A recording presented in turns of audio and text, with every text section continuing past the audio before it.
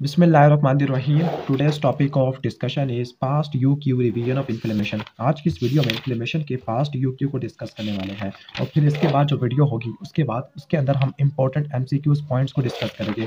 तो इन्फ्लेमेशन के तकरीबन यहाँ पर जो यू क्यू है 40 क्वेश्चन है, तो ये 2 या 3 पार्ट्स लेके यू क्यू कवर होने में। सबसे पहला क्वेश्चन है define chronic inflammation. Chronic inflammation को डिफाइन करो और फिर इसके बाद क्रॉनिक इन्फ्लेमेशन की 2 कैरेक्टरिस्टिक्स बताओ क्रॉनिक इन्फ्लेमेशन की। ओके, फिर इसके बाद क्रॉनिक इन्फ्लेमेशन के 2 कैरेक्टरिस्टिक्स के बाद 3 इसके कॉजेज भी बताओ।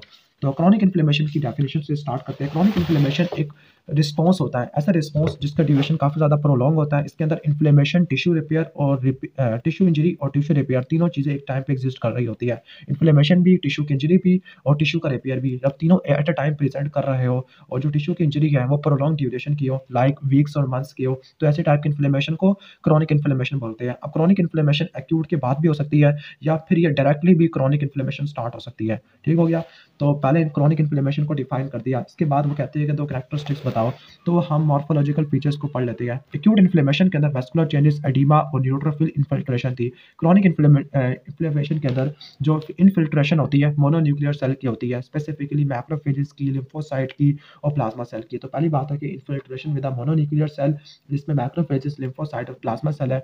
दूसरा टिश्यू डिस्ट्रक्शन और तीसरा हीलिंग बाय कनेक्टिव टिश्यू। तो जो टिश्यू की डिस्ट्रक्शन होती है वो किसी परसिस्टेंट ऑफेंडिंग एजेंट की वजह से भी हो सकती है या हमारी बॉडी के सेल ही टिश्यू को डिस्ट्रॉय कर रहे होते हैं। तीसरा की जो हीलिंग होती है वो कनेक्टिव टिश्यू रिप्लेसमेंट से होती है, जिसको बोलते हैं हम फिब्रोसिस। यानी जो हीलिंग है पहले इसमें रिप्लेस जो डैमेज टिश्यू है उसको रिप्लेस करेंगे कनेक्टिव टिश्यू से, उसके बाद एंजियोजेनेसिस चलेगी और फिर लास्ट में फिब्रोसिस हो जाती है। अब चूंकि एंजियोजेनेसिस और फिब्रोसिस वुंड हीलिंग और रिपेयर का कंपोनेंट होता है, तो उनको रिपेयर वाले टॉपिक के अंदर एक्सप्लेन किया हुआ है। तो उसकी 2 मॉर्फोलॉजिकल कैरेक्टरिस्टिक्स भी बता दी, डेफिनेशन भी देख ली। अब क्रॉनिक इन्फ्लेमेशन के कॉजेज क्या होती है, तो क्रॉनिक इन्फ्लेमेशन ये एक्यूट इन्फ्लेमेशन के बाद भी हो सकती है या फिर लो ग्रेड डायरेक्ट इन्फ्लेमेशन भी हो सकती है। अब कॉजेज ऑफ क्रॉनिक इन्फ्लेमेशन के अंदर पहला है कि माइक्रो ऑर्गेनिज्म का पर्सिस्टेंट इन्फेक्शन है। ऐसी माइक्रो ऑर्गेनिज्म का पर्सिस्टेंट इन्फेक्शन है जिनको हम बॉडी से एलिमिनेट करना बहुत मुश्किल होता है। दूसरा हाइपर सेंसिटिविटी डिजीज है और तीसरा prolong exposure to potentially toxic agent है। तो पहले स्टार्ट करते हैं पर्सिस्टेंट इन्फेक्शन। कुछ ऐसे माइक्रो ऑर्गेनिज्म है जिनका इन्फेक्शन काफ़ी ज़्यादा पर्सिस्टेंट होता है और जिनको एलिमिनेट करना बहुत मुश्किल होता है, लाइक वायरसेस है, बैक्टीरिया है। बैक्टीरिया के अंदर माइक्रोबैक्टीरिया आपने याद किया हुआ है। फंजाई के अंदर जो सिस्टेमिक वाले होते हैं, हिस्टोप्लाज्मा, कोकाइडोमाइकोसिस है और ब्लास्टोमाइकोसिस है। इनके इन्फेक्शन काफ़ी ज़्यादा पर्सिस्टेंट होती है और ग्रैनुलोमेटस इन्फ्लेमेशन करवा देती है। ये ऑर्गेनिज्म होती हैं, ये एक स्पेसिफिक इम्यून रिएक्शन इंड्यूस करते हैं जिसको बोलते हैं डिलेड टाइप हाइपर सेंसिटिविटी। जो क्रॉनिक इन्फ्लेमेशन है सम टाइम एक स्पेसिफिक पैटर्न एक्वायर करता है जिसको ग्रैनुलोमेटस इन्फ्लेमेशन कहते हैं। या कभी कभार अगर एक्यूट इन्फ्लेमेशन अनरिजॉल्व होती है तो वो क्रॉनिक इन्फ्लेमेशन के अंदर बन जाती है। लाइक अगर बैक्टीरियल इन्फेक्शन होता है लंग्स का, तो अगर एक्यूट था लेकिन अगर आपने इसको ठीक नहीं किया तो वो क्रॉनिक के अंदर कन्वर्ट हो जाएगा और क्रॉनिक लंग एब्सेस करवा देगा। पेप्टिक अल्सर के अंदर एक्यूट और क्रॉनिक इन्फ्लेमेशन को एग्जिस्ट कर रही होती है। नेक्स्ट है हाइपर सेंसिटिविटी डिजीज। अब कुछ ऐसे डिजीज होती है जिसके अंदर क्रॉनिक इन्फ्लेमेशन पैथोजेनेसिस करवा देती है। अब वो डिजीज किस तरह से हो सकती है, जिसके अंदर इम्यून सिस्टम की एक्सेसिव इनएप्रोप्रिएट एग्जैजरेटेड रिस्पॉन्स होता है। अगर ये इनएप्रोप्रिएट एग्जैजरेटेड रिस्पॉन्स हमारी बॉडी के एंटीजन के अगेंस्ट हो तब इसको ऑटोइम्यून बोलते हैं। अगर ये इन्वायरमेंटल एंटीजन के अगेंस्ट हो तब इसको हाइपर सेंसिटिविटी बोलते हैं। तो अगर इम्यून रिएक्शन हमारे इंडिविजुअल टिश्यूज के अगेंस्ट होता है तो उसको ऑटोइम्यून डिसऑर्डर बोलते हैं। इन डिजीज के अंदर जो ऑटो एंटीजन है हमारे इम्यून सिस्टम को बैकफायर करने पर मजबूर कर देती है। इस केस में जो इन्फ्लेमेशन होगी वो क्रॉनिक इन्फ्लेमेशन होगी। एग्जाम्पल रूमेटॉइड आर्थराइटिस है, मल्टीपल स्क्लेरोसिस होती है। दूसरे केसेस के अंदर जो क्रॉनिक इन्फ्लेमेशन है वो अनरेगुलेटेड इम्यून रिस्पांस की वजह से हो सकती है जो माइक्रोब्स के अगेंस्ट होते हैं, लाइक इन्फ्लेमेटरी बाउल डिजीज है। या कभी कभार इम्यून रिस्पांस इन्वायरमेंटल एंटीजन के अगेंस्ट आना शुरू हो जाता है, लाइक एलर्जिक डिजीजेस के अंदर, लाइक ब्रोंकियल अस्थमा है। यानी जो इम्यून सिस्टम है अगर हमारी बॉडी के अगेंस्ट हो तो मल्टीपल स्क्लेरोसिस हो जाएगा और रूमेटॉइड आर्थराइटिस है। लेकिन अगर वो माइक्रोब्स के अगेंस्ट अनरेगुलेटेड हो जाए तब इसके अंदर इन्फ्लेमेटरी बाउल डिजीज आता है। अगर ये इम्यून रिस्पांस इन्वायरमेंटल एंटीजन के अगेंस्ट आना शुरू हो जाए जो हार्मलेस होते हैं तो ये एलर्जी करवा देगा, फॉर एग्जाम्पल ब्रोंकियल अस्थमा। ठीक हो गया, ओके। इसके बाद कहते हैं कि ये जो ऐसे डिजीज होते हैं इनमें एक्यूट और क्रॉनिक इन्फ्लेमेशन दोनों के मॉर्फोलॉजिकल पैटर्न होते हैं क्योंकि यहाँ पर इन्फ्लेमेशन बार बार रिपीट होती रहती है। फाइनली फिब्रोसिस लेट स्टेजेस को डोमिनेट करती है। लास्ट है प्रोलॉन्ग एक्सपोजर। कुछ ऐसे पोटेंशियली टॉक्सिक एजेंट है जिनका प्रोलॉन्ग एक्सपोजर क्रॉनिक इन्फ्लेमेशन करवा देता है। फॉर एग्जाम्पल एक्सोजीनस के अंदर एग्जाम्पल है सिलिका की। Silica non degradable inanimate material होता है। इनएनिमेट मटीरियल का मतलब ऐसा मटीरियल जिसमें कोई जान नहीं है, बेजान है। ओके, तो ये नॉन डिग्रेडेबल पार्टिकल होता है। जब इसको इनहेल करते हैं प्रोलॉन्ग पीरियड के लिए तो लंग्स के अंदर इन्फ्लेमेटरी लंग डिजीज करवाता है जिसको सिलिकोसिस बोलते हैं। एथेरोस्क्लेरोसिस क्रोनिक इन्फ्लेमेटरी डिजीज होता है, लेकिन ये क्रोनिक इन्फ्लेमेटरी डिजीज ये किस चीज़ का होता है? आर्टीरियल वाल का होता है। किसका इन्फ्लेमेटरी डिजीज है? आर्टीरियल वाल का। जबकि लंग्स का इन्फ्लेमेटरी डिजीज सिलिकोसिस था, ऊपर सिलिका करवाता था, लेकिन यहाँ पे आर्टीरियल वाल की इन्फ्लेमेशन होती है एथेरोस्क्लेरोसिस में, वो कोलेस्ट्रॉल के प्रोडक्शन और डेपोजिशन की वजह से होती है। तो हमने क्रोनिक इन्फ्लेमेशन की डेफिनेशन को, कॉजेस को, मॉर्फोलॉजिकल फीचर्स को कवर कर लिया। ठीक हो गया। अब इसके बाद नेक्स्ट क्वेश्चन की तरफ जंप करते हैं। Briefly describe the process of chemotaxis. Chemotaxis के प्रोसेस को ब्रीफली डिफाइन करो। ठीक हो गया। तो स्टार्ट करते हैं कीमोटैक्सिस के प्रोसेस को। ये वाला जो टॉपिक है कीमोटैक्सिस वाला, तो ये वाला होगा यहाँ पर chemotaxis of leukocyte cellular response के अंदर है। कीमोटैक्सिस की डेफिनेशन क्या होती है? Directional movement of WBC towards the site of irritant या साइट ऑफ इन्फेक्शियस पार्टिकल, जहाँ पे इन्फेक्शियस माइक्रोब है या टिश्यू नेक्रोटिक है, वहाँ पे ल्यूकोसाइट का मूव करना। ठीक है, ओके, यानी साइट ऑफ इंजरी की तरफ, तो उसको बोलते हैं कीमोटैक्सिस, या उसको इस तरह से भी डिफाइन कर सकते हैं, locomotion along the chemical gradient. तो ये इसकी डेफिनेशन होती है, ये कीमोटैक्सिस की होती है। अब जो कीमोटैक्सिस होती है वो करवाने वाले कीमोटैक्टिक एजेंट होती है, कीमोकाइंस होती है। अब कीमोकाइंस को कीमो अट्रैक्टेंट भी बोलते हैं। वो एक्सोजीनस भी होती है, एंडोजीनस भी होती है। जो एंडोजीनस कीमोकाइन है या कीमोटैक्सिस वाले फैक्टर्स है या कीमो अट्रैक्टेंट होते हैं, ओके, उसके अंदर एग्जांपल आती है बैक्टीरियल प्रोडक्ट। बैक्टीरियल प्रोडक्ट में एक पेप्टाइड लिखा हुआ है जिसके टर्मिनल अमाइनो एसिड के अंदर अनफॉर्माइल मेथिओनिन है और कुछ लिपिड्स होते हैं। यानी बैक्टीरियल प्रोडक्ट के अंदर आपने दो एग्जांपल रट्टा मारनी है, पेप्टाइड की और लिपिड की। पेप्टाइड में भी जिसके टर्मिनल अमाइनो एसिड अनफॉर्माइल मेथिओनिन होता है। एंडोजीनस कीमो अट्रैक्टेंट के अंदर कुछ केमिकल मीडिएटर आना शुरू हो जाते हैं, लाइक साइटोकाइन, स्पेसिफिकली जो कीमोकाइन वाली कैटेगरी से बिलोंग करते हैं। अब कीमोकाइन वाले की बहुत सारी जगह कैटेगरी होती है, लाइक कुछ CXC कीमोकाइन होती है। CXC कीमोकाइन के अंदर एग्जांपल आती है इंटरल्यूकिन 8 की, जिसको हम CXCL8 भी बोलते हैं। CC कीमोकाइन के अंदर एग्जांपल आती है MCP1 की, CCL2 की, CCL11 की और CCL3 की। C कीमोकाइन के अंदर एग्जांपल आती है लिम्फोटेक्टिन की, जबकि CX3 कीमोकाइन के अंदर एग्जांपल आती है फ्रैक्टैल्किन की। तो आपने ध्यान से पढ़ना है, CXC है, CC है, फिर C कीमोकाइन है और CX3 C है। तो एंडोजीनस के अंदर कीमोकाइन आ जाते हैं, स्पेसिफिकली इंटरल्यूकिन 8 है। कंपोनेंट्स ऑफ कॉम्प्लीमेंट सिस्टम है, C5A है, और कुछ एराकिडोनिक एसिड मेटाबोलाइट होते हैं, स्पेसिफिकली ल्यूकोट्राइन B4 है। तो ये एंडोजीनस कीमोअट्रैक्टेंट है, जबकि ये एंडोजीनस है। एक्सोजीनस के अंदर बैक्टीरियल प्रोडक्ट है जिसमें प्रोटीन और लिपिड्स आपको बता चुका हूँ। ओके, अब जो तमाम कीमोटैक्टिक एजेंट होते हैं ये स्पेसिफिक जी प्रोटीन कपल रिसेप्टर पर जाके बाइंड करते हैं, जो कि ल्यूकोसाइट के सर्फेस के ऊपर पड़ा हुआ होता है। जब इन रिसेप्टर को स्टिमुलेट करवाएंगे तो सेकंड मैसेंजर की एक्टिवेशन होती है। वो सेकंड मैसेंजर एक्टिन की पॉलीमराइजेशन को बढ़ा देगा, स्पेसिफिकली लीडिंग एंड के ऊपर, leading edge of the cell के ऊपर एक्टिन की पॉलीमराइजेशन को बढ़ा देगा, और बैक साइड के ऊपर मायोसिन फिलामेंट की लोकलाइजेशन करवा देगा। दोबारा बता देता हूँ कि पहले ये जो कीमो अट्रैक्टेंट होते हैं रिसेप्टर पर जाके बाइंड करेंगे, रिसेप्टर पर बाइंड करने के बाद सेकंड मैसेंजर एक्टिवेट होगा। वो सेकंड मैसेंजर दो काम करेगा, एक्टिन की पॉलीमराइजेशन लीडिंग एज के ऊपर जो आगे वाला होता है, और पीछे मायोसिन की लोकलाइजेशन होती है। अब इस ऑर्गेनाइजेशन की वजह से जो साइटोस्केलेटन की होती है, इसकी वजह से जो लीडिंग एज होता है वो एक फिलोपोडिया एक्सटेंड करता है। अब वो फिलोपोडिया बैक ऑफ सेल को आगे एक्सटेंशन वाली डायरेक्शन के अंदर मूव करा देता है, जस्ट लाइक जो फ्रंट व्हील ड्राइवर है उसको पुल करते हैं व्हील इन फ्रंट है। ठीक हो गया। फाइनली नेट रिजल्ट होगा क्या? ल्यूकोसाइट उस कीमो अट्रैक्टेंट वाली डायरेक्शन के अंदर माइग्रेट करना शुरू कर देते हैं जहां में कीमो अट्रैक्टेंट प्रोड्यूस हो रहा है, specifically from the site of inflammatory stimulus है। ओके, तो ये कीमोटैक्सिस होता है। अब यहाँ पे लिखा है कि जो ल्यूकोसाइट की इन्फिल्ट्रेशन होती है वो वेरी करती है with the age of inflammatory response है। फॉर एग्जांपल, जो एक्यूट इन्फ्लेमेशन की मोस्ट फॉर्म होती है, जो न्यूट्रोफिल होती है, वो पहले 6 से लेकर 24 घंटे के अंदर न्यूट्रोफिल देखने को मिलती है जहाँ पे एक्यूट इन्फ्लेमेशन होती है। लेकिन फिर इसके बाद 1 से लेकर 2 दिन के अंदर वो रिप्लेस हो जाती है मोनोसाइट से। ओके, ठीक हो गया। यानी जो अर्ली प्रीपोंडरेंस होती है वो न्यूट्रोफिल की होती है, लेकिन इसके बाद जो आ जाते हैं वो मोनोसाइट होते हैं। और वो कहते हैं कि जो अर्ली प्रीपोंडरेंस न्यूट्रोफिल किस वजह से होती है, क्योंकि जो न्यूट्रोफिल है, पहली बात नंबर 1, न्यूट्रोफिल क्यों ज़्यादा होते हैं, क्यों ज़्यादा आ जाते हैं एक्यूट इन्फ्लेमेशन में, क्योंकि वो बहुत ज़्यादा होते हैं। दूसरी बात, ये बहुत तेज़ी से रिस्पॉन्ड करते हैं। तीसरी बात कि बहुत तेज़ी से या फिर एडियन होती है, किसके साथ, एडियन मालिक्यूल के साथ, जो कि एंडोथेलियल सेल के ऊपर पड़े हुए होते हैं, लाइक पी सिलेक्टिन और ई सिलेक्टिन है। तो इन 3 प्रॉपर्टी की वजह से अगर कोई आपसे पूछे कि एक्यूट इन्फ्लेमेशन के अंदर न्यूट्रोफिल क्यों आती है, तो आपने ये 3 प्रॉपर्टी बता देनी है। लेकिन जब न्यूट्रोफिल टिश्यू के अंदर एंटर होते हैं तो इनकी हाफ लाइफ रिलेटिवली शॉर्ट होती है। शॉर्ट हाफ लाइफ होते हैं, तो जो न्यूट्रोफिल होते हैं एक्स्ट्रा वेस्कुलर टिश्यू के अंदर, तो वो कुछ ही दिन के अंदर एपोप्टोसिस कर लेते हैं। लेकिन जो मोनोसाइट है उनका सर्वाइवल रेट रिलेटिवली लॉन्गर होता है। उसके अलावा वो टिश्यू के अंदर प्रोलिफरेट भी कर सकते हैं और वो प्रोलॉन्ग इन्फ्लेमेटरी रिएक्शन के अंदर, क्रोनिक इन्फ्लेमेशन के अंदर डोमिनेट होते हैं। लेकिन इसके एक एक्सेप्शन भी होती है इस पैटर्न की। फॉर एग्जांपल जो सूडोमोनास बैक्टीरिया है, इस केस में जो सेलुलर इन्फिल्ट्रेट होता है वो कंटिन्यूअसली रिकरेटेड न्यूट्रोफिल होते हैं जो काफ़ी अरसे तक होते हैं। यानी इस केस में जो मोनोसाइट होते हैं वो नहीं आते, बल्कि न्यूट्रोफिल कुछ दिनों तक परसिस्ट रहते हैं। वायरल इन्फेक्शन के अंदर जो लिम्फोसाइट होती है वो पहले सेल आते हैं, जो सबसे पहले पहुंचते हैं लिम्फोसाइट। हाइपर सेंसिटिविटी रिएक्शन के अंदर एक्टिवेटेड लिम्फोसाइट, मैक्रोफेजेस और प्लाज्मा सेल डोमिनेट करते हैं शुरू में। ठीक हो गया। और इसके अलावा हेलमिंथेस के अंदर और एलर्जिक के अंदर जो मेन सेल टाइप होती है वो इओसिनोफिल होती है।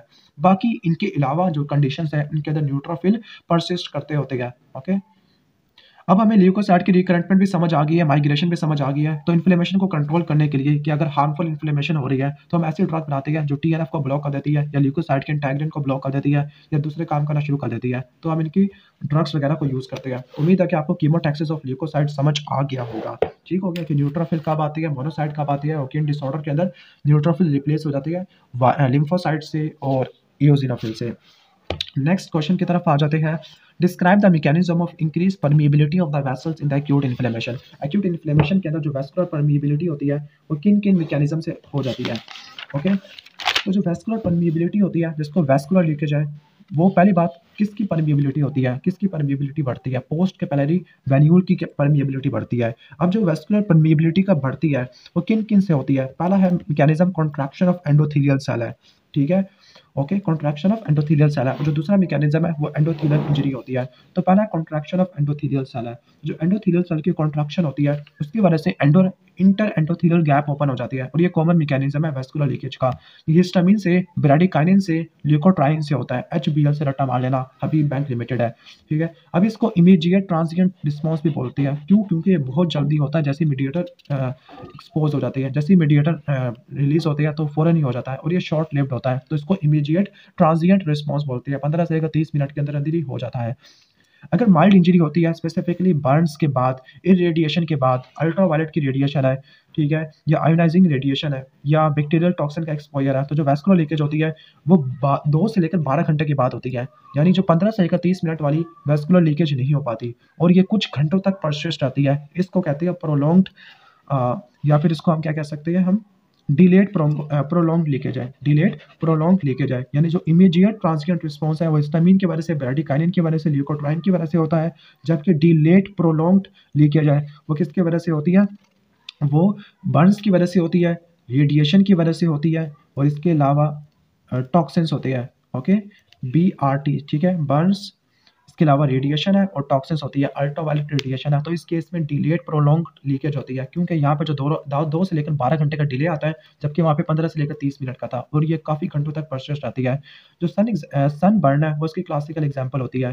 ठीक है, जिसके अंदर लेट अपीयरिंग वेस्कुलर लीकेज होती है। इसमें इमीडिएट और डिलेड रिस्पॉन्स दोनों ही हमें देखने को मिलते होते हैं। ओके, तो यहाँ पे आपको प्रिंसिपल मैकेनिज्म नजर आ रही होगी। तो पहला है कॉन्ट्रैक्शन ऑफ एंडोथेलियल सेल है। ओके, दूसरा है एंडोथेलियल इंजरी होती है। जो एंडोथेलियल इंजरी होती है उससे एंडोथेलियल सेल की नेक्रोसिस हो जाती है और डिटैचमेंट हो जाती है। अब जो एंडोथेलियल की इंजरी होती है वो डायरेक्ट डैमेज भी हो सकता है और जो डायरेक्ट डैमेज होता है वो सीवियर फिजिकल इंजरीज के अंदर इनकाउंटर्ड होता है, लाइक थर्मल बर्न्स है, या फिर वो माइक्रोब्स के या माइक्रोबियल टॉक्सिन से होता है जो कि डैमेज कर देती है एंडोथेलियल सेल को। जो न्यूट्रोफिल होती है वो एंडोथेलियम पे अडहियर होती है इन्फ्लेमेशन में, वो भी एंडोथेलियल सेल को डैमेज कर सकती है। ठीक है, यानी जो एंडोथेलियल सेल की इंजरी है वो डायरेक्ट भी हो सकती है फिजिकल इंजरी से, लाइक थर्मल बर्न है। ओके, या फिर माइक्रोब से इंड्यूस हो सकती है या न्यूट्रोफिल की वजह से इंजरी हो सकती है। ओके, तो इस केस में जो लीकेज होती है इंजरी के बाद फौरन स्टार्ट हो जाती है और ये काफ़ी देर तक परसिस्ट रहती होती है। ओके, अब चाहे जो मर्जी मैकेनिज्म हो, इनकी वजह से होता क्या है। फॉर एग्जांपल चाहे जो थर्मल बर्न की डिफरेंट स्टेजेस होती है, तो जो लीकेज होती है वो केमिकल मीडिएटेड एंडोथेलियल कॉन्ट्रैक्शन की वजह से होती है और डायरेक्ट और ल्यूकोसाइट डिपेंडेंट एंडोथेलियल इंजरी की वजह से होती है। इन सारे मैकेनिज्म की वजह से होता ये है कि जो बर्न्स वाले पेशेंट होते हैं उसमें काफ़ी सारा फ्लूइड लॉस कर जाता है और फ्लूइड लॉस होने की वजह से वो हाइपोटेंशन के अंदर चले जाते हैं। ठीक हो गया, तो हमने वेस्कुलर परमिएबिलिटी को एक्सप्लेन कर दिया है। नेक्स्ट हम चलते हैं, नेक्स्ट क्वेश्चन है, अच्छा यहाँ पर इमीडिएट ट्रांजिएंट परमिएबिलिटी या डिलेड है, बता चुका हूँ। इसके बाद नेक्स्ट चलते हैं, briefly right the function of macrophages. तो मैक्रोफेजेस के फंक्शन डिस्क्राइब करो। तो मैक्रोफेजेस के जो फंक्शंस होते हैं वो हमें यहाँ पर मिलेंगे। अच्छा, एग्जाम में कभी-कभार न्यूट्रोफिल और मैक्रोफेजेस का डिफरेंस भी आ सकता है। जो न्यूट्रोफिल होते हैं हेमाटोपोइएटिक स्टेम सेल से निकलते हैं बोन मैरो के अंदर, जबकि मैक्रोफेजेस होती है इन्फ्लेमेशन के केस में तो बोन मैरो से आती है। लेकिन कुछ टिश्यू रेजिडेंट मैक्रोफेजेस भी होते हैं जो अ, अर्ली डेवलपमेंट के अंदर यॉर्क सैक या फीटस के लीवर से आती है, जबकि अडल्ट के अंदर बोन मैरो से आती है। लाइफ स्पैन न्यूट्रोफिल का रिलेटिवली सेवरल डेज होता है टिश्यूज के अंदर, लेकिन जो इन्फ्लेमेटरी मैक्रोफेजेस है उनका डेज से लेकर वीक्स है, लेकिन जो टिश्यू रेजिडेंट होते हैं उनका ईयर्स तक होता है। न्यूट्रोफिल का रिस्पॉन्स रैपिड शॉर्ट लिव्ड होता है, लेकिन इनका प्रोलॉन्ग होता है, स्लोअर रिस्पॉन्स होता है। जीन ट्रांसक्रिप्शन के ऊपर डिपेंड करते हैं। आरओएस इसमें ज़्यादा इंपॉर्टेंट होती है, इसमें आरओएस इंपॉर्टेंट नहीं होती। नाइट्रिक ऑक्साइड इसमें ज़्यादा इंपॉर्टेंट होता है, डीग्रैनुलेशन इसमें होती है, साइटोकाइन की प्रोडक्शन मैक्रोफेजेस में होती है, नेट की फॉर्मेशन न्यूट्रोफिल की वजह से होती है और लाइसोसोमल एंजाइम की फॉर्मेशन भी न्यूट्रोफिल की वजह से होती है। बस न्यूट्रोफिल साइटोकाइन के लेवल पर और नाइट्रिक ऑक्साइड के लेवल पर मार खा जाती है। अच्छा, मैक्रोफेजेस के फंक्शन को हम कर रहे थे। तो मैक्रोफेजेस के 3 फंक्शन होते हैं। पहला फंक्शन है फेगोसाइटोसिस, दूसरा फंक्शन है एंटीजन प्रेजेंटेशन और जो तीसरा फंक्शन है वो है साइटोकाइन की प्रोडक्शन है। ये आपको यहाँ से मिल जाएगी इम्यूनो के अंदर। तो पहला फेगोसाइटोसिस होती है, ठीक हो गया? तो फेगोसाइटोसिस के बाद और फेगोसाइटोसिस के भी आगे मज़ीद स्टेप्स होते हैं, मैं उसको बाद में एक्सप्लेन करता हूँ। तो साइटोकाइन की प्रोडक्शन भी मैक्रोफेजेस करते हैं। कौन-कौन से साइटोकाइन है? इंटरल्यूकिन 1 है, इंटरल्यूकिन 6 है, इंटरल्यूकिन 8 होता है और ट्यूमर नेक्रोसिस फैक्टर अल्फा, ये मैक्रोफेज प्रोड्यूस करता है। इसके अलावा एंटीजन की प्रेजेंटेशन होती है, ये भी मैक्रोफेज करते होते हैं। जो शॉर्ट पेप्टाइड एंटीजन होते हैं, ये एमएचसी टाइप 2 के साथ प्रेजेंट किए जाते हैं और को स्टिमुलेटरी सिग्नल भी रिक्वायर्ड होते हैं। फिर है फेगोसाइटोसिस। फेगोसाइटोसिस को यहाँ पर डिटेल से एक्सप्लेन किया हुआ है और आपको पता है कि जो 2 मेजर फेगोसाइट होते हैं, वो होते हैं न्यूट्रोफिल और मैक्रोफेजेस होते हैं, ठीक हो गया? तो सबसे पहले क्या होगी, इनकी रिकॉग्निशन होती है, यानी पहले माइक्रोब्स को या डेड टिश्यू को रिकॉग्नाइज करना है और रिकॉग्नाइज करने के लिए बहुत सारे रिस्पॉन्स होते हैं। अब उन सारे रिस्पॉन्स को जिसके ज़रिए जो मैक्रोफेज होती है, न्यूट्रोफिल है, रिकॉग्नाइज करते हैं माइक्रोब को, डेड सेल को, तो उसको ल्यूकोसाइट एक्टिवेशन बोलते हैं। जो एक्टिवेशन होती है बहुत सारे सिग्नलिंग मैकेनिज्म की वजह से होती है। अब उन सिग्नलिंग मैकेनिज्म की वजह से साइटोसोलिक कैल्शियम का लेवल ज़्यादा हो जाएगा। जब साइटोसोलिक कैल्शियम का लेवल ज़्यादा हो जाएगा तो प्रोटीन काइनेस सी एक्टिवेट होगा, फॉस्फोलाइपेज ए2, ठीक है? यानी ये सारे डिफरेंट मैकेनिज्म होते हैं। जो फेगोसाइटोसिस है, फेगोसाइटोसिस के अंदर कौन-कौन से स्टेप्स होते हैं? पहला रिकॉग्निशन और अटैचमेंट है, दूसरा इनगल्फमेंट होती है और तीसरा किलिंग होती है। पहला फेगोसाइटिक रिसेप्टर होते हैं। तो जो फेगोसाइटिक रिसेप्टर होते हैं उसमें मैनोस रिसेप्टर है, स्कैवेंजर रिसेप्टर है और रिसेप्टर होते हैं बहुत सारे ऑप्सोनिन के लिए, ओके? तो वो करते हैं, कौन-कौन से? मैनोस वाले, स्कैवेंजर वाले और ऑप्सोनिन के रिसेप्टर होते हैं। जो मैक्रोफेज के ऊपर जो मैनोस रिसेप्टर होते हैं, एक लैक्टिन होता है, कि वो लैक्टिन होता है जो कि टर्मिनल मैनोस और फ्यूकोस रेसिड्यू को बाइंड करता होता है। जो मैनोस और फ्यूकोस रेसिड्यू होते हैं ग्लाइकोप्रोटीन के और ग्लाइकोलिपिड के होते हैं, ठीक है? तो ये लैक्टिन होता है जो ग्लाइकोप्रोटीन और ग्लाइकोलिपिड के शुगर कंपोनेंट को बाइंड करता है। ये sugar in microbial cell wall के मॉलिक्यूल्स का पार्ट होती है, जबकि मैमेलियन ग्लाइकोप्रोटीन और ग्लाइकोलिपिड के अंदर टर्मिनल मैनोस और फ्यूकोस नहीं होता, वहाँ पे टर्मिनल सियालिक एसिड या एसिटाइल गैलेक्टोसमीन होता है। दैट मीन्स कि जो मैनोस के रिसेप्टर्स होते हैं वो माइक्रोब्स को रिकॉग्नाइज करते हैं लेकिन होस्ट सेल को रिकॉग्नाइज नहीं करते। तो पहले तो बता दिया मैनोस रिसेप्टर। अब इसके बाद बारी है स्कैवेंजर रिसेप्टर। जो स्कैवेंजर रिसेप्टर होते हैं ओरिजिनली डिफाइन करते हैं ऐसे मॉलिक्यूल को जो बाइंड करते हैं और मीडिएट करते हैं एंडोसाइटोसिस की, किसकी? जो ऑक्सीडाइज्ड या एसिटाइलेटेड एलडीएल पार्टिकल है, ओके? जो ऑक्सीडाइज्ड या एसिटाइलेटेड एलडीएल होता है ये एलडीएल रिसेप्टर के साथ बाइंड नहीं करता। जो मैक्रोफेज के स्कैवेंजर होती है एलडीएल के अलावा कुछ और चीज़ों के साथ भी बाइंड करते हैं, ठीक हो गया? इसके अलावा मैक्रोफेज के जो इंटेग्रिन्स होती हैं स्पेसिफिकली एमएसी या CD11B या CD18 है, वो भी माइक्रोब्स को बाइंड करती है। और कभी-कभार मैक्रोफेजेस की सरफेस के ऊपर या फेगोसाइट के सरफेस के ऊपर रिसेप्टर्स होते हैं, वो रिसेप्टर में फेगोसाइटोसिस को बढ़ा देते हैं। तो ऐसे एजेंट्स को ऑप्सोनिन बोलते हैं। ऑप्सोनिन IgG है, C3b होती है और कुछ प्लाज्मा लैक्टेंस होती है, स्पेसिफिकली मैनोस बाइंडिंग लैक्टिन है और कोलैक्टिन है। तो ये ऑप्सोनिन की एग्जाम्पल आती है। इसके बाद इनगल्फमेंट होती है। तो जैसे ही फेगोसाइट के रिसेप्टर से पार्टिकल बाइंड करता है तो फिर साइटोप्लाज्म का एक्सटेंशन होता है, वो उसको इनगल्फ कर लेगा और फेगोसोम बनेगा। फेगोसोम आके लाइसोसोम से फ्यूज करेगा तो फेगोलाइसोसोम बनेगा। फिर लाइसोसोम के कंटेंट रिलीज हो जाती है किसके अंदर, ओके? यानी जो फेगोसाइट होता है लाइसोसोमल कंटेंट को एक्स्ट्रासेलुलर स्पेस में भी रिलीज कर सकता है।